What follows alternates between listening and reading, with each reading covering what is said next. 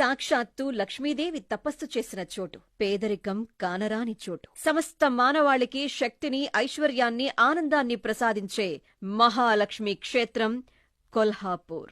అగస్త్యముని ప్రతి ఏటా కాశీ విశ్వేశ్వరుణ్ణి దర్శించుకునేవారు. వయసు మీరి వెళ్లలేని స్థితిలో పరమేశ్వరుణ్ణి తపస్సుతో మెప్పించి వేడుకున్నారట, కాశీకి ప్రత్యామ్నాయ క్షేత్రాన్ని చూపించమని.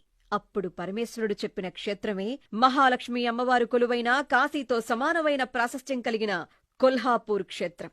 ఆ ఆలయాన్ని దర్శించుకుంటే కాశీలో తరణి దర్శించుకున్నంత పుణ్యఫలమని, అలా పరమేశ్వరుని కోరిక మేరకు అగస్త్యుడు కొల్హాపూరులో మహాలక్ష్మి అమ్మను, అతిబలేశ్వర స్వామిని దర్శించుకుని పునీతులయ్యారు. ఇక సూర్య భగవానుడు లక్ష్మీ కటాక్షం కోసం ప్రతి ఏటా 3 రోజుల పాటు గర్భాలయంలోకి తన కిరణాలను ప్రసరింపజేస్తాడు. మొదటి రోజు పాదాలపై, రెండో రోజు నడుము భాగంపై, మూడో రోజు అమ్మవారి శిరస్సుపై తన కిరణాలతో అభిషేకం చేస్తారు. అదే కిరణోత్సవం. ఇక ఈ క్షేత్రానికి అన్ని దిక్కులా పుణ్యతీర్థాలు ఉన్నాయి కాబట్టే సూర్యగ్రహణం రోజున ఈ క్షేత్రంలో స్నానమాచరిస్తే పంచమహాపాతకాలు ప్రక్షాళనవుతాయి. 6000 సంవత్సరాల క్రితం ఎవరు నిర్మించారో సరైన ఆధారాలు లేవు, కానీ అలా వైకుంఠపురి నుంచి మనకోసం కొల్హాపూరులో వెలిసినటువంటి మహాలక్ష్మీదేవిని జగద్గురు ఆదిశంకరాచార్యులు, ఛత్రపతి శివాజీ, ఎందరో రాజులు పూజించుకుని పునీతులయ్యారు. ప్రళయ సమయంలో తన కరములతో ఈ క్షేత్రాన్ని కాపాడుకున్నారు కాబట్టి కరవీర లక్ష్మిగా, లక్ష్మీ భవానీగా, అంబాబాయిగా పిలువబడుతూ భక్తులందరి కోర్కెలను ఈడేరుస్తున్నారు